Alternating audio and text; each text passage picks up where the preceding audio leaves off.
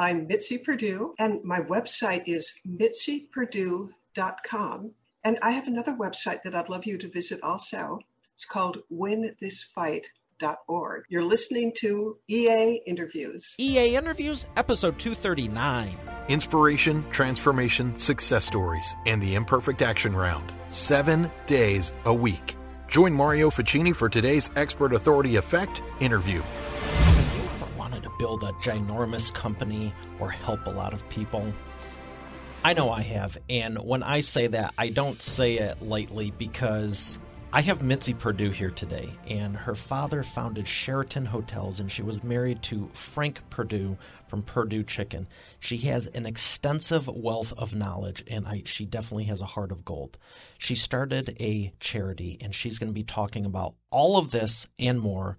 Author, speaker, CEO, Mitzi Perdue. I'm going to bring her up right after we thank our sponsor. Every business needs a book, including yours. Visit freebusinessbookpublishingcourse.com today to learn the 7 steps to publish and promote your nonfiction lead and profit-generating business book in 8 weeks. Once again, that's freebusinessbookpublishingcourse.com.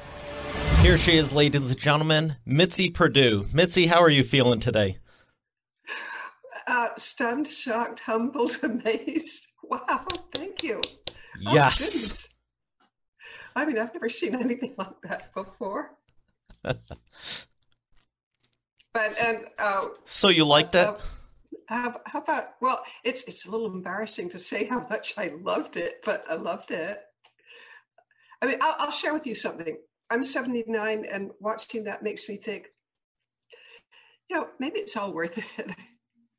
It is. You have a heart of gold, and I know what you're trying to do and all the people you're trying to help. So I really appreciate that. And don't ever back down from anything you're doing. Like I said prior to this, if there's anyone I can introduce you to, you're doing the right thing and for the right reason. So it's an honor and privilege for me to have you here today. Well, I feel so honored and privileged. I don't know what to do with myself, but we'll all soldier on. So I want to ask you about the uniqueness of your background. You know, your father started Sheraton Hotels. You were married to Frank with Perdue Chicken. Tell me about, let's start back when you were a young girl, because what was it like just growing up in that type of family and environment where, you have a standard of excellence and you get into doors that most people don't get into? Well, first of all, it was fabulous because both father and mother were very big believers in family life. And father used to put enormous amounts of effort into making sure that we children, learned values and that we learned what my mother used to call recipes for living.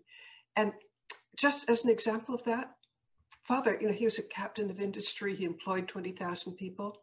But even so, he would spend every Sunday, there would be what we called family hour. And he would spend it in one way or another, like educating us. It might be something as simple as explaining stocks and bonds, or if he was interested in astronomy, he'd tell us his latest enthusiasms about that. We had something called Family Band, where there were 5 siblings and mother and father, and would all play something, and this would happen every Sunday. So he put a huge amount of effort into what he called the next generation. I want to ask you about that because you're just so nonchalantly, he taught us something simple like stocks and bonds and astronomy. I don't think those are pretty simple subjects. And of but course, I see why it's important to start at a young age, and I'm glad he did. But would you say that's a pretty normal thing to learn? Well, of course, there's a question of how deep you get into it. But he did want us to be as educated as possible. And one of the things that is perhaps more accessible to everybody is he'd tell stories about his parents or his grandparents. And these were just so important because there's research. There's a woman named Robin Fivish, whom I totally admire, from Emory University, Georgia. And we're talking the state of Georgia. She studies what makes a family high functioning. And by high functioning, the kids are mentally and physically healthy. They like each other. They They do well in school. They aren't in trouble with the law. They don't do drugs. So what makes a family high functioning? And her research at the Family Narratives Laboratory says, know your family stories. That there's just a perfect correlation between how well you know your family stories, which is what gives you your identity. Because after all, we are the stories we tell ourselves. She encourages families to do things together, whether meals together or trips together. So I admired my parents no end for, they didn't know that they were doing exactly the right thing, but according to modern research, they were. I'm so happy to hear that. What age are you talking about specifically? Are you talking like 7, 8, 9, 10, or in your teens? From me, it began when I could barely walk. The instrument I'd play in family band was a recorder, and you can play one or two notes and sort of keep up with the others.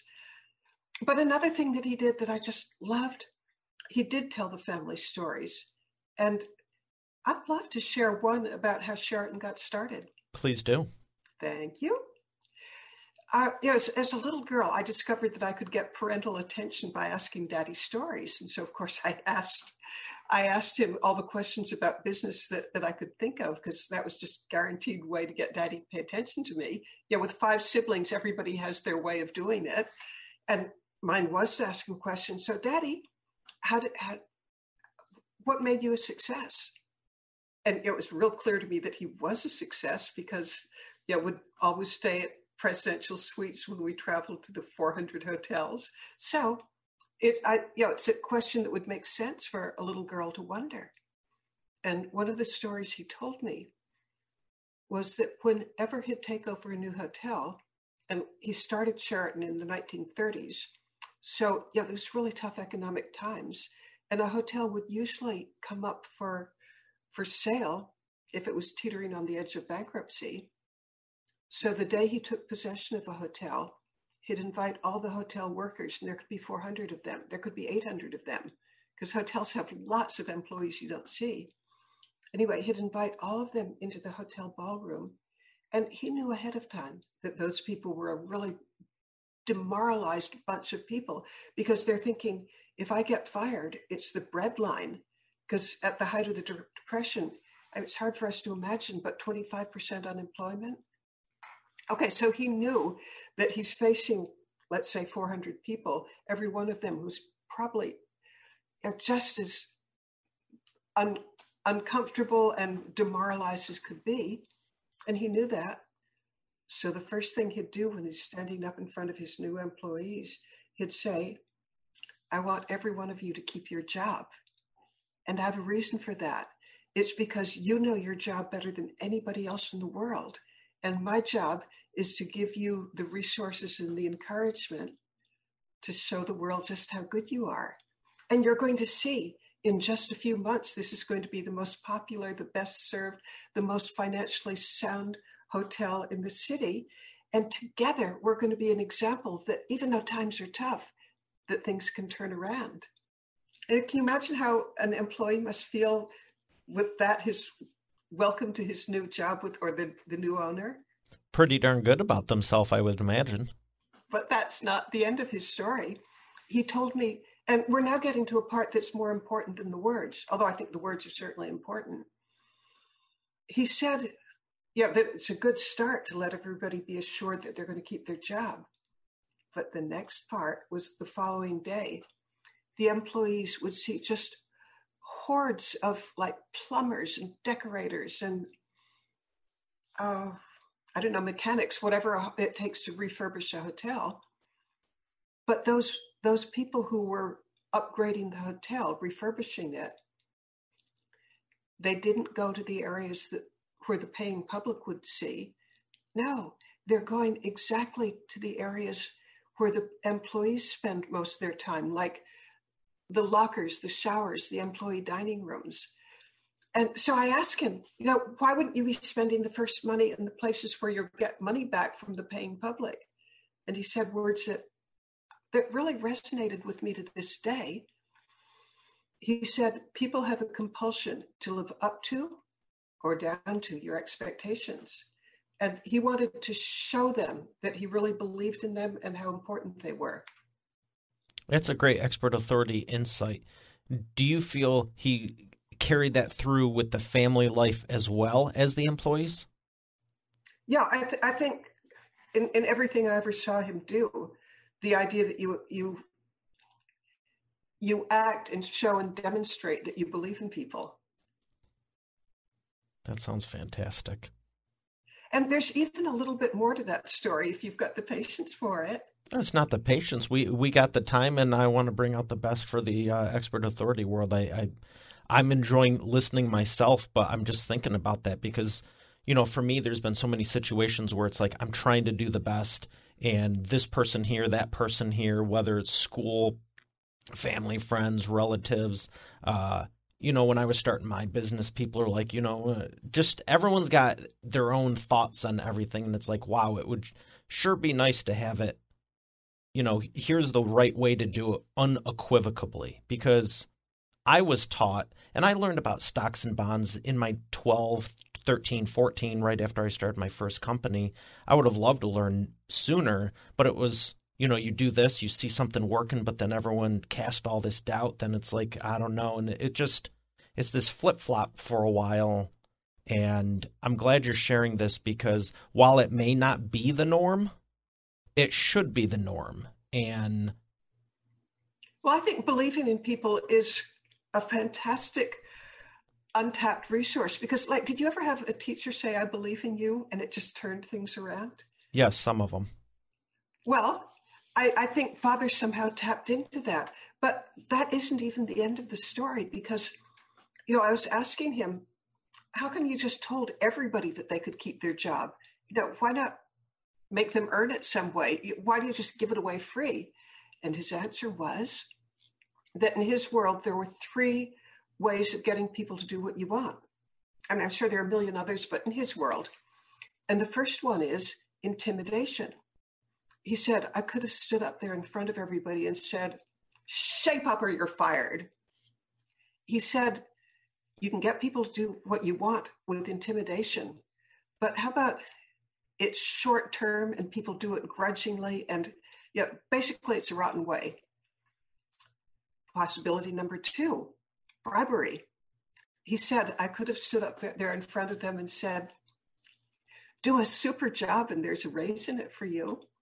Do a super job and there's a bonus in it for you. He said the problem with bribery, again, it's just not a good way of getting people to do what you want because the motivation may be misplaced. Yeah, it's too transactional. They're going to work on, well, I guess you said it better than I could. The motivation gets misplaced. You work for the bribe rather than for something bigger.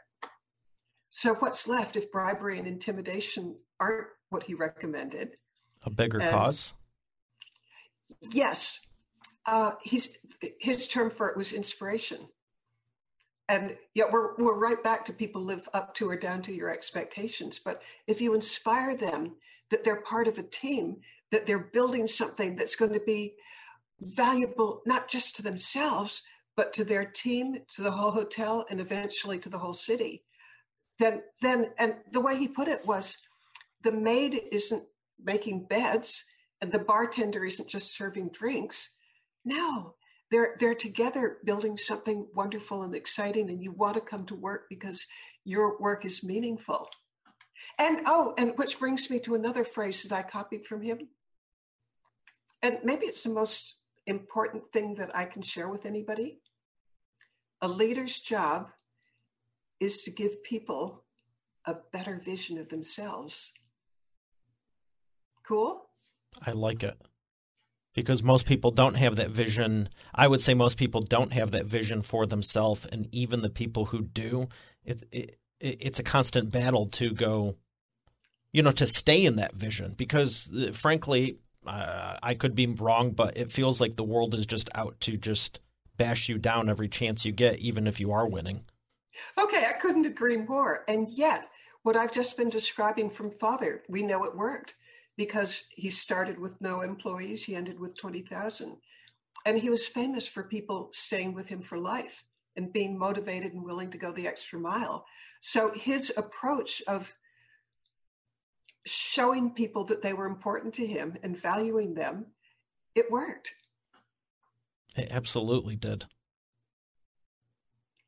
And he had a number of things that he taught me that might be useful. Like, I mentioned that I often asked Father how he did it. And he had a variety of answers because he wasn't always just going to repeat the same story. But one of them was what he was like as a negotiator. And I get the impression, I've read books on negotiation, that you really try to bargain as hard as you can. But that wasn't his approach.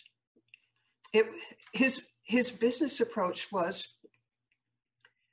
be so fair that the other side feels good at the end of the negotiation.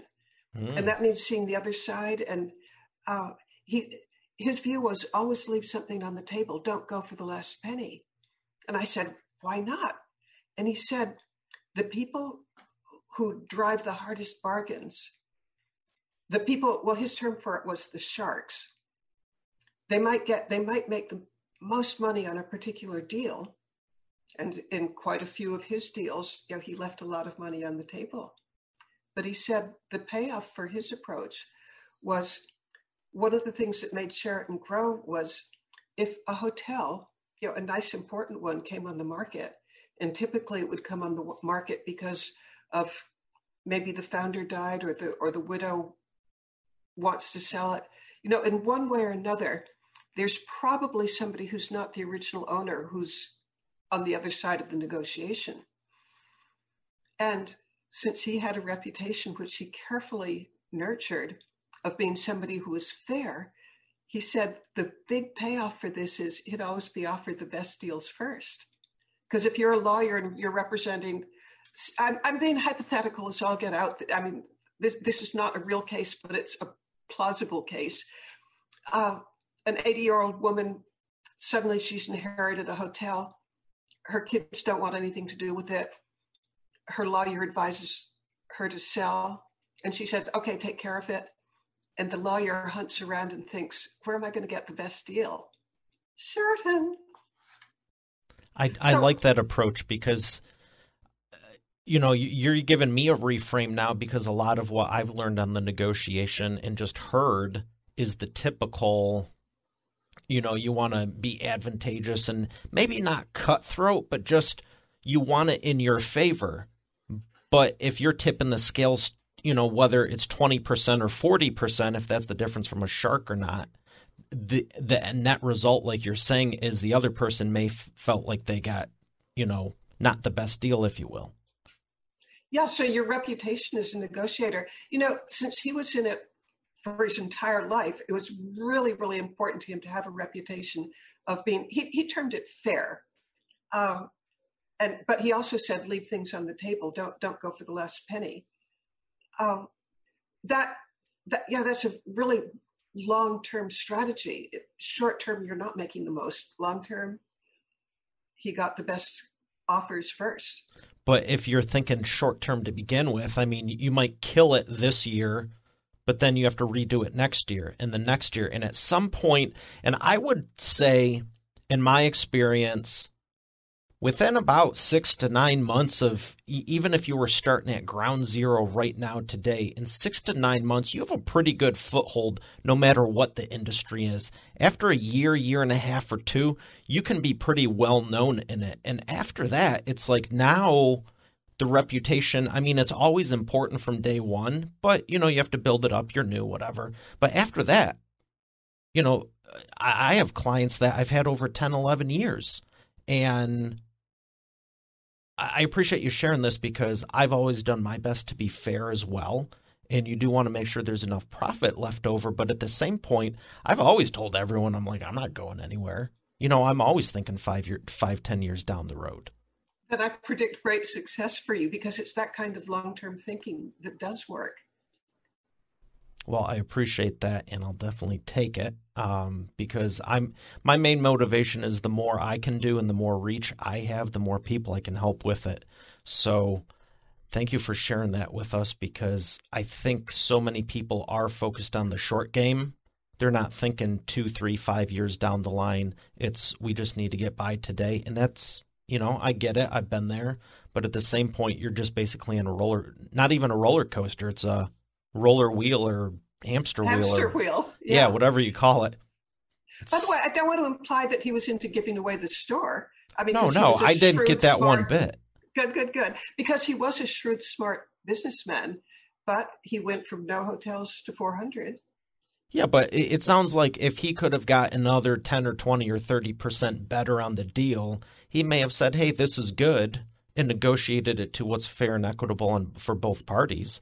But clearly it worked. I mean, there's no refuting it. And it's why I love even reading books. And this is just, a real treat and surreal for me because I love going back 100, 150 years going, what were they doing back then before all this fancy stuff came out? And it comes back to just, you're treating people good and you take care of them and you actually serve them and over-deliver. Well, that makes me think of Frank Perdue. Can we talk about my late husband? We can talk about whatever you want. And I'm excited to talk about Frank and also what you're doing with all of this in your charity, Win This Fight. Okay, let's go with Frank because you said a word that just resonated with me. And what's that following. Word? Serving. Okay. Because Frank, I mean, I'm going to give an example of where he literally served the people who worked with him. Frank was and of course I've got a somewhat narrow view on this, but he seemed to have attitudes remarkably like what my father's were. I mean, all the things that I quoted from my father, I saw traces of that kind of thing in my late husband. But I'll give you one thing that happened right after we married. We married in 1988, and we had a very short courtship. When we married, we knew each other in person 6 weeks and 3 days. But that's I lived in California. He was in Maryland, and would talk on the phone every night for an hour or two for 6 months. So we knew a lot about each other, even though our time in person was limited. But I would imagine you could even learn more about someone because you're going in depth and you can actually have a conversation because, I know people that meet in person, they go on the dates and everything, but if it's only once a week or once every few weeks for a couple of hours here and there, then all the distractions of everything else, it's like, I think in some ways you could learn about someone better by talking on the phone or conversing. Oh, good. Well, I love talking about romance. So let's quickly get into that and then get back to business. I recommend that because we made a promise to each other, which we actually kept, which would tell the good, the bad, and the ugly. And because we didn't want to make a mistake. And when we actually got married, there was no adjustment period because I really knew. I mean, he had been as honest as I think a person can be with me about his good points and his bad points. And I certainly tried to be the same with him. And it was a miracle. We just meshed. We had 17 years of, for me, joy because we actually did know each other really well by the time we married. But I wanted to share this story about Frank literally serving. When we just gotten back from our honeymoon, and it was, I guess, in late August of 1988. We're walking on a beach in Watch Hill, Rhode Island, and it's really romantic. The beach is pretty much deserted, and we're carrying our sandals, and the surf crashing. And suddenly, I look up at Frank and I say, "Franklin, I think we should entertain every single person who works for the company." And as you can imagine, that took him aback. And his answer was, no, there's 16,000 people who work for the company, this being 1988. That's way too many. And I sort of pretended that I didn't quite process that he was saying no. And I said, I think we should have them 100 at a time. And he said, no, that's way too many. And I said, let's start in 6 weeks. I bet we could put this together by the end of September. And he was saying, no, that's way too soon. And I wanted, since I grew up in the hospitality industry, and I think hospitality solves everything, I wanted to do this. And initially, he was sort of acting as if, who did I marry? What galaxy did she set down from? But as we kept talking, which we did, and we went round and round about this wacko idea of Mitzi's, I could tell that he was starting to think, maybe there's something to it. And after we'd talked, I don't know, maybe half an hour, he said, you know what? I like it. And 6 weeks later, we did begin entertaining people 100 at a time, often 3 times a month for the next 17 years. And what made him change his mind is, like my father, he wanted people to feel important. And what better way to make people feel important, whether you're a trucker, a veterinarian, an administrative assistant, anybody, everyone, than to come to the owner's house and be entertained for dinner. And to my mind, it was spectacularly successful because people would tell me that, it was one of the most meaningful events in their lives to be entertained by Frank in his home. But now the serving part. We had our living room set up with a couple of end-to-end long buffet tables, and Frank Perdue would stand behind with the waiters, and Frank Perdue would wait on his employees. I mean, how many heads of Fortune 500 size companies, A, would invite people into their home, and B, wait on them? Cool? Probably not a ton, and even fewer for the second part. And you did that for 17 years? We did. Well, actually, a little less than 17 years. Because, because by the time he was 85, there were health issues and we couldn't. But up until like 83 or so, yeah. And he loved it because he really, there's a quote that expresses Frank Perdue's feelings, and it comes from a psychologist from 120 years ago. The guy's name was William James. I believe he was a Harvard psychology professor. Don't hold me to that, but I think so. But I do remember the quote very clearly, which is, the deepest principle of human nature is the craving for appreciation. And this was a way for Frank Perdue to show appreciation. And he was just masterful at it because he'd talk with every single person there. And if he were talking with you, you just felt enveloped by his total focus. I mean, you were the only person in the room for that moment, and you were the most important person in the world to him at that moment. And I made it my business to notice what I'm about to describe. In almost any situation that I ever saw Frank Perdue, it would be 10% him talking, usually asking you questions, and 90% listening. So he made you feel really important. And then at the end of the evening, he'd stand up in front of 100 or so, whatever branch of the company. Maybe it's the auditors, maybe it's the accountants or the IT people.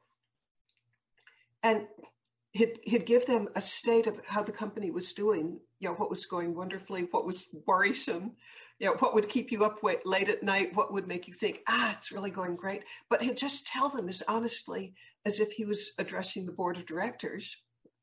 And then he'd take questions, and there were always loads and loads. And then at the very end was the part that for me was most meaningful. Frank would always say, but it would be in different words, but it would always boil down to this: I know the company wouldn't be what it is today without you. Thank you. So he really had that heart for people and really wanting to not just care for them and make sure they have a good work environment, but I mean, you were bringing them to your home. Absolutely. And I've been to funerals where the next of kin, this happened several times, where the next of kin would tell me that one of the most meaningful and important and memorable events of the deceased's life was that he got to have dinner at the big boss's home. Let me ask you, what was the most memorable party from all of those that you remember? Well, it's memorable almost in a humorous way, but okay, we all know that I grew up in the hospitality industry, and that in my family, you win points for being warm and welcoming and make people feel good. That's part of the family culture. Well, one day there was a party, and in this case, it was for the sanitation workers. That is, in other words, the garbage collectors, the people who clean up. So this was the sanitation workers were invited over for dinner. And I thought everything was going swimmingly. People were talking and they were, there were adult beverages and people, it's my purpose for them to have fun. It's not to be a stressful evening. But I noticed that there was a couple sort of off to the side, like in a corner of the living room, away from where everybody was sort of boisterously having fun. And it sort of looked, they weren't exactly quarreling, but they were sure as heck discussing something. Well, I'm as a hostess, my spidey sense says, yes, something's not right. What can I do about it? Did you ask him if you wanted to keep score? How so? Did you ask them if they would like you to keep score? Oh, that would have been great. But here's what I did do. I asked as gently as I could, kind of what was going on. And here was what was going on. This couple, one of them worked for the sanitation department of Purdue, and the guy worked for the Salisbury, which is where the plant was, or where our home was, the Salisbury, Maryland sanitation department. So both members of the couple were in sanitation. But what was going wrong was the guy who worked for the city, he was unhappy because he said, if I try to tell my colleagues that I had dinner at Frank Perdue's house, they never, ever, ever believe me. So I thought, oh, there's a solution to that. And so I had a Polaroid camera, this being probably, 25 years ago. But for those who don't remember Polaroids, these are cameras that will instantly develop, or in 60 seconds, develop a picture and print it out. So I had a Polaroid camera nearby, and I walked over to where Frank was, and he was surrounded by a whole group of people asking him questions. But I said, Frank, this is important. Leave them for the moment and come over. And I explained the situation to him. Well, he posed with his arm around Russell, and I'm trying to show it. Yeah, he posed with his arm around Russell, and I took a picture. And then, so there's a picture of Russell, the sanitation guy, and Frank Perdue with his arm around him. And then Frank autographs it. It was so great to have you over for dinner last night, Frank. That's so cool. Do you still, I want to ask if you still have it, but a Polaroid would only be one shot. Do you have a copy or a scan somewhere? Oh, I wish I had. Because that is one of my favorite moments, because as you can guess, the couple they looked as happy as people could be, because, now nobody could make fun of him that he was lying. Now here's the proof. That is special. And not just because you were able to capture it, because it was real. He would have known, but the fact that he still wanted to do it, because he could have very easily, I'm talking to someone, we're having a party, this and that, but he recognized it for what it was. Oh, Frank totally got how important that was. Because Frank had a lot of empathy, and I hope I've got some, and that situation is just so clear cut. Here's a problem, and we can fix it. It's one of the reasons I've always liked photography and videography, because one of my original company slogans I came up with, we can't change the past or predict the future, but we can capture the moment. Oh, wow. I love that. And by the way, photography is almost my favorite hobby. And if not that, it's videography. So, because I tell people all the time, no matter what the holiday, what the occasion, hey, I'm going on a trip. Awesome. Hope you have a fun time. Safe travels. Take lots of pictures and video. And I'm 79, and those photographs that I've collected over my life, they mean so much to me, like my kids when they were little, or happy times with Frank. You can't buy those. Life is about memories, and keep them. Well, I appreciate you for sharing that. That is special, and I gotta be honest, I wish he was still around. Sounds like a lot of fun. The But parties, I him mean, and he was just. everything. But something else that he was. I don't want to run out of time though. Can we time for another story, or I could tell it next time? I I have never done this live, but we got plenty of time.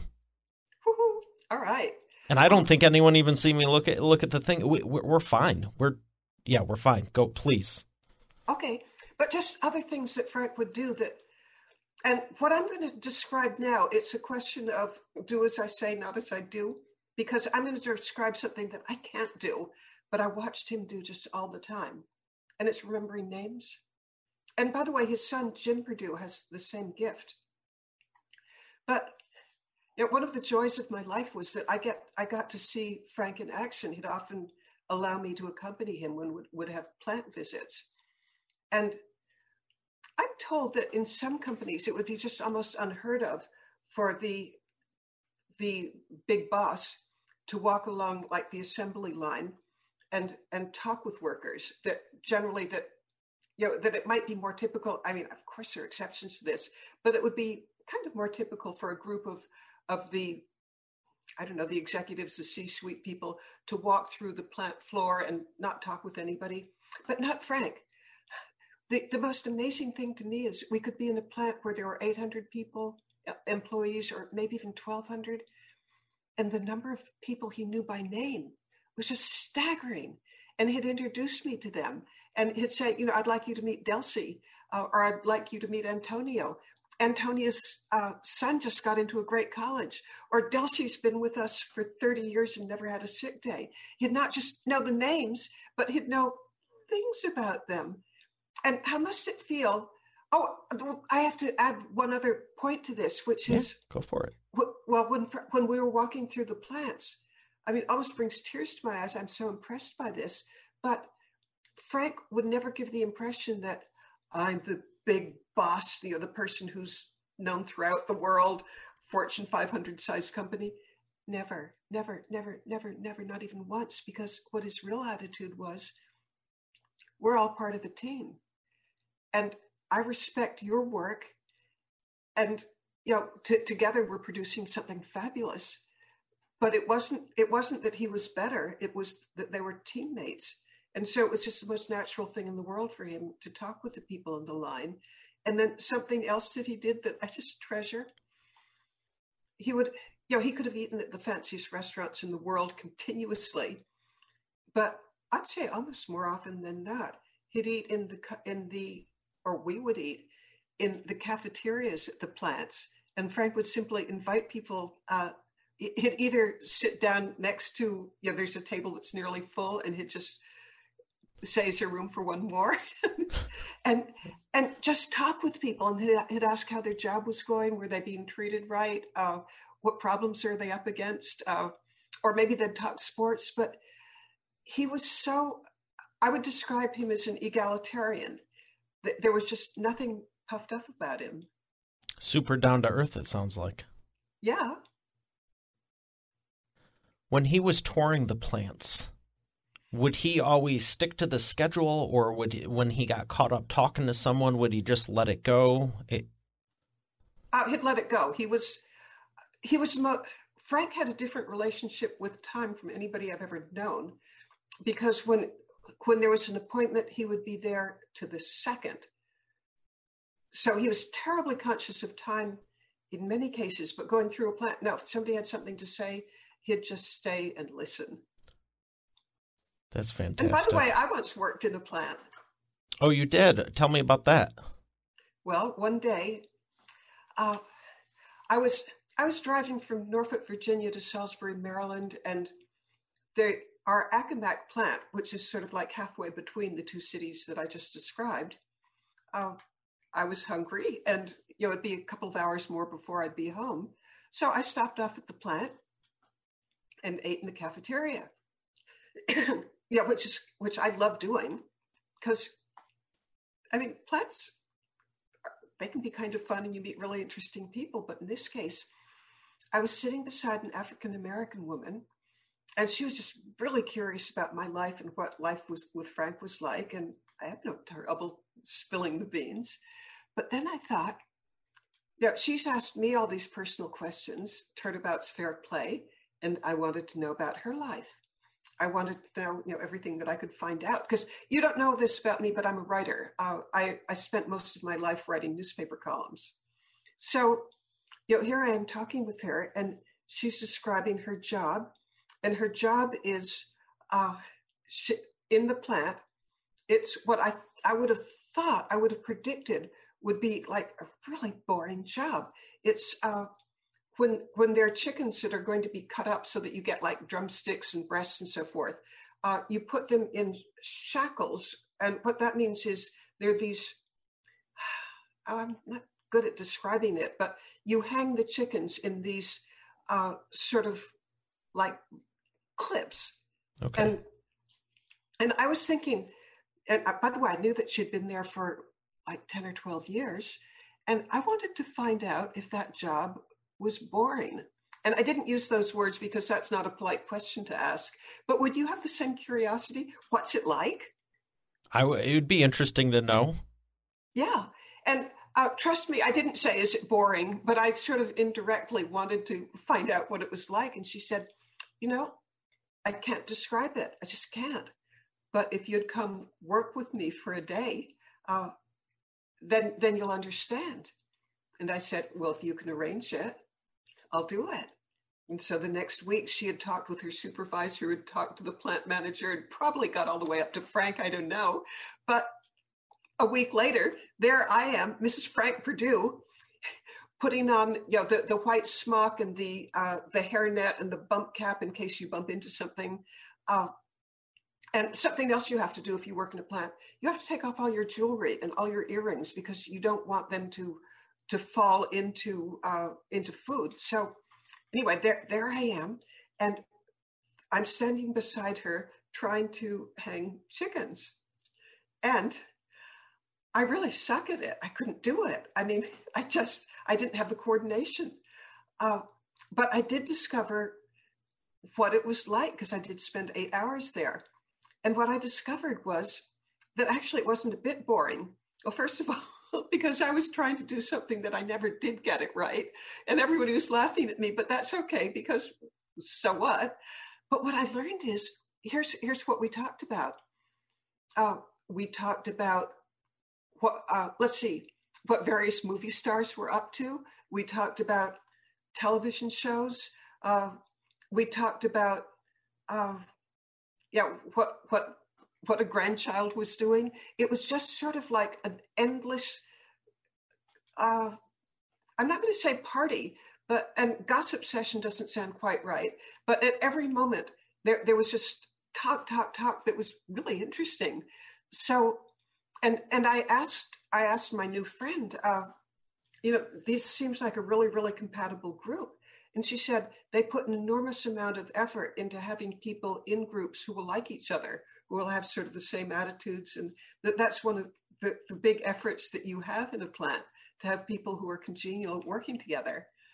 And I loved it. And I was the butt of a lot of joking because since I couldn't get it right, and my chicken has gone by and somebody else has to hang it for me, and which they did with no trouble at all. And finally, one guy, I couldn't get one foot using both hands. And a guy I was standing beside was, eventually sort of putting his chickens and my chickens, just with incredible skill. It's as if he was tossing them in like a basketball almost.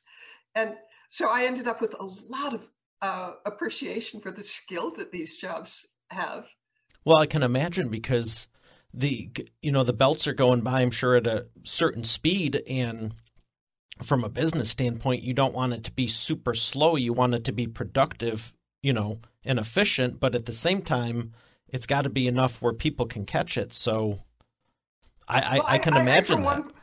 I heard from one person later that I didn't need to feel bad, that I was just absolutely flunking, because he said they all went through it. It's sort of like if I asked you to type a paper and you had never used a typewriter before or a keyboard. It'd take you a long time, but then once you've done it 500 times, it becomes really quite easy. It's that experience. Yeah, I mean, you just learn. It's interesting you bring up typing because English is probably one of the biggest things I've overcame because I failed English 7 times. So writing my first... I'd never guess. Well, thank you. My first book was a real mountain to climb, and then the second one was easier, third, fourth, fifth. And it's been a lot of fun. Doesn't hurt that I've been helping people publish business books for the last nearly decade. But I when you were saying that, I was like, yeah, I've done real bad at a lot of stuff before too. But if you believe in it, you know, even launching the show, I had no clue what I was doing. On the audio side, the video side, I was beyond confident, and those are the saving grace. But I wanted to ask you about that because I can't imagine you being bad at it. Do you think it strictly was just because you'd only done it a few hours? I mean, do you think at 3 or 5 days later, a week later, you would have had the flow of it down more? Yeah, I think I would have. But then I'm dyslexic and I reverse B's and D's. And so I was a little bit of a disadvantage anyway. But so what? You went for it, though. Yeah. You had no need to. But the fact that you had that insatiable curiosity to find out. And I felt at the end of it that I'd made friends. I mean, it was, I liked every one of them. And I guess when you're laughing, and I hope what I'm about to say about myself is true. I don't have to be perfect. It doesn't bother me a bit not to be. And the laughing was good natured. So I thought it was bonding. I agree. So I have one more question regarding this, and then we're going to go to the Wheel of Whatever. And I want to ask you, the people you made friends with, were they at your house before or after this? Because I'm sure they would have come to one of the party. Okay, after? Yeah, it would have been after because this was fairly early on. Okay. So how did that go? Were you guys talking about it? Was it the whole group when they were there? Because you were saying groups of 100. Was it the core group that you had worked with? No, it would have been 100. And I would have probably said something, oh, I'm so happy to see you again. Remember that day. But then as a hostess, I'm supposed to pay attention to everybody. I can't just go off in a huddle with my new best friends. But it was an odd experience because from being somebody, we're back in the factory again, from being somebody hopelessly incompetent, I was worth exactly what I was being paid, which is nothing. But then at the end of it, at the end of the 8 hours, everybody wants to have their photograph taken with me. And I bet, actually in the whole plant, so I bet that there were hundreds of people. And so suddenly, I get to be really important after being at the absolute bottom. It was a fun day. Turn that around. That must have been a lot of Polaroids. Well, I guess, I don't know why they all had cameras. Maybe they knew I was coming. I don't know. I never examined that. But have you ever seen the show Undercover Millionaire or Undercover Boss? I'm deeply aware of it, and I've seen segments from it. But this wasn't undercover. They knew who it was. Yeah, it's just remind me a little bit of that because I knew you did it, and you had flat out told everyone, and it came from your friend you met in the cafeteria. And I think that would be interesting too. I'll do it if you can set it up. I remember you saying that, and she has to ask her supervisor who has to do this, and I can imagine you and Frank having dinner. Just, oh yeah, by the way, you're going to be starting Monday, or however that would have panned out. That'd be interesting. Well, he absolutely loved it. I mean, because as I mentioned, he's an egalitarian. No one person is more important than another person, and I think, my impression was that he was deeply proud of me. I think I won 1 million points with my dear husband that I wanted to. I can imagine. So here's what we're going to do, because Expert Authority World, we're doing a 2-parter here, and I'm excited about this. I'm going to do the Wheel of Whatever. And Mitzi, I'm also telling you, because normally I do the Wheel of Whatever, we do a sponsorship, and then we come back for the imperfect action round. And I've been debating, should I ask you those now? No, I'm going to save it for the end of the second half. So I'm going to do the Wheel of Whatever, and we're going to come back for the second half, and then we'll finish the show normal. So Here it is. So I was laughing earlier when you were talking about being on the hamster wheel because I'll give you one hint what this thing is. Does it begin with H and the next word is W? Or it looks more like some kind of photography thing. No, it's real. It's in my hand. I just spun it. Okay, what is it? It's a hamster wheel. Oh, it really is literally a hamster wheel. All right. Well, for Expert Authority World, it's the wheel of whatever. Okay. That I painted yellow and black. So, what was your question? Yeah. Treasure Island. Woo! Nice. You're on Treasure Island. You lose everything. You have to start over again. You have $1,000. What would you do in the next 30 days to get it all back? I'd study. And let's see, quoting my late father, he used to say, money that you spend on education or tools is always wisely spent, assuming you use the tools. So I'm on Treasure Island. I've got $1,000 and I can buy stuff. I mean, I think the first thing I'd do would get some kind of iPad and get internet connection, and then I'd take courses right and left. Okay. So you're saying education is the highest resource?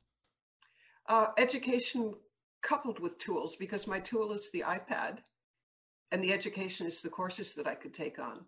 Okay. And I'm going to reiterate this because I don't even think it made sense to me. And I don't know why I called it Treasure Island, because if you were stranded on an island, it sure as heck wouldn't be treasure. You're on an island, you get off the island, you have $1,000 to turn everything around. So I've got to give a different answer? No, you don't need to. But when you said I'm on Treasure Island with $1,000, I'm like, oh, yeah. That's a stupid name and there's nothing to buy. So that's on me, but that's the whole point of this. This is a fun little area, but you're saying education is the greatest resource. I do, yeah. Okay.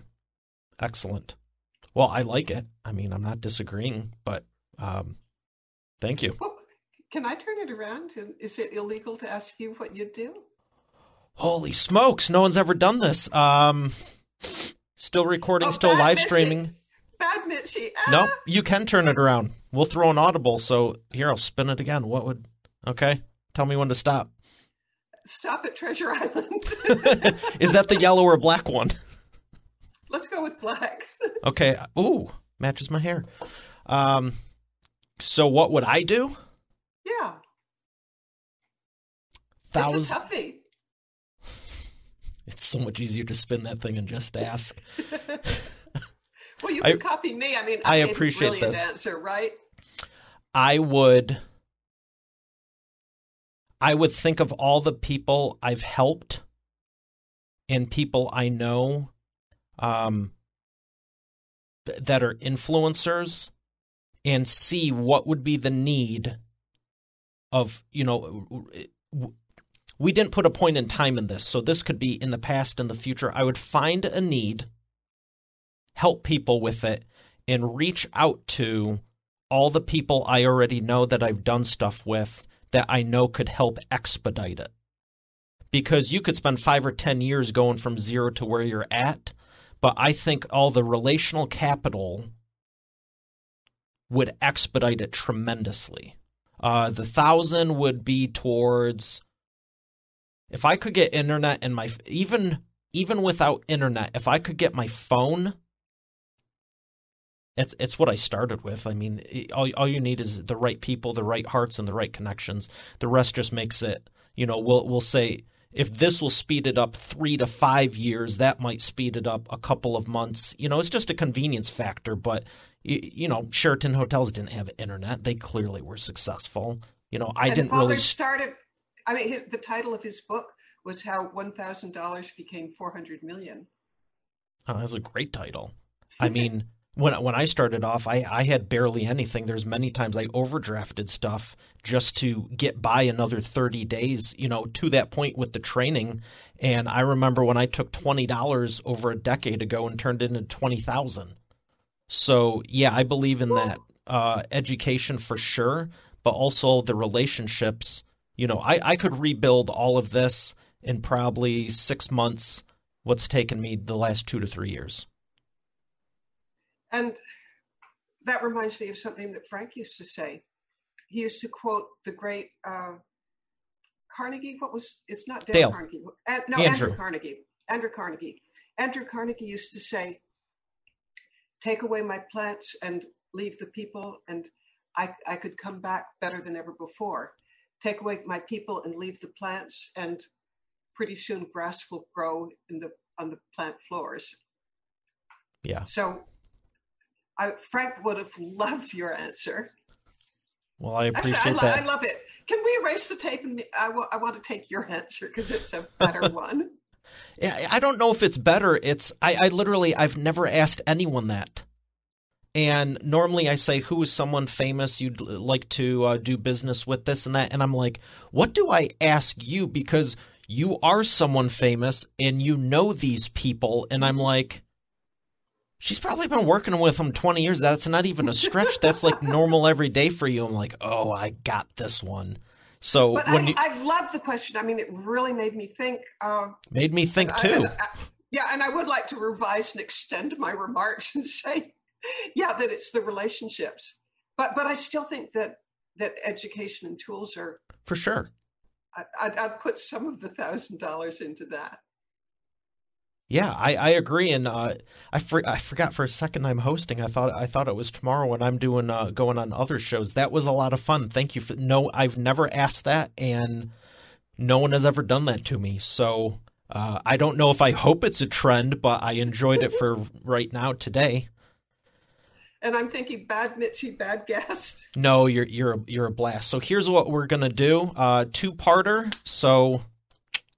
Oh, we still got plenty of time. Perfect. We are awesome. So here's what we're going to do. Mitzi and Expert Authority World, we're going to thank the sponsor, and I'm going to come back, and we're just going to roll into part 2. Sound good? Sounds good.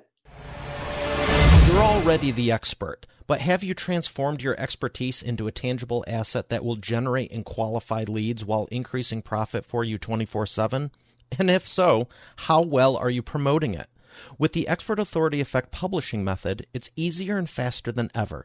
Visit freebusinessbookpublishingcourse.com today to learn the 7 steps to publish and promote your nonfiction lead and profit-generating business book in 8 weeks. Visit freebusinessbookpublishingcourse.com to get started now. Once again, that's freebusinessbookpublishingcourse.com. Hey, thanks for listening to today's episode. I hope you got a lot out of it. I know I sure did. If you haven't done so already, I invite you to subscribe to the show. And also be sure to check out eainterviews.com for complete show notes, the full interview video experience, links to the resources we mentioned, and more. Have a blessed day, and I'll see you tomorrow.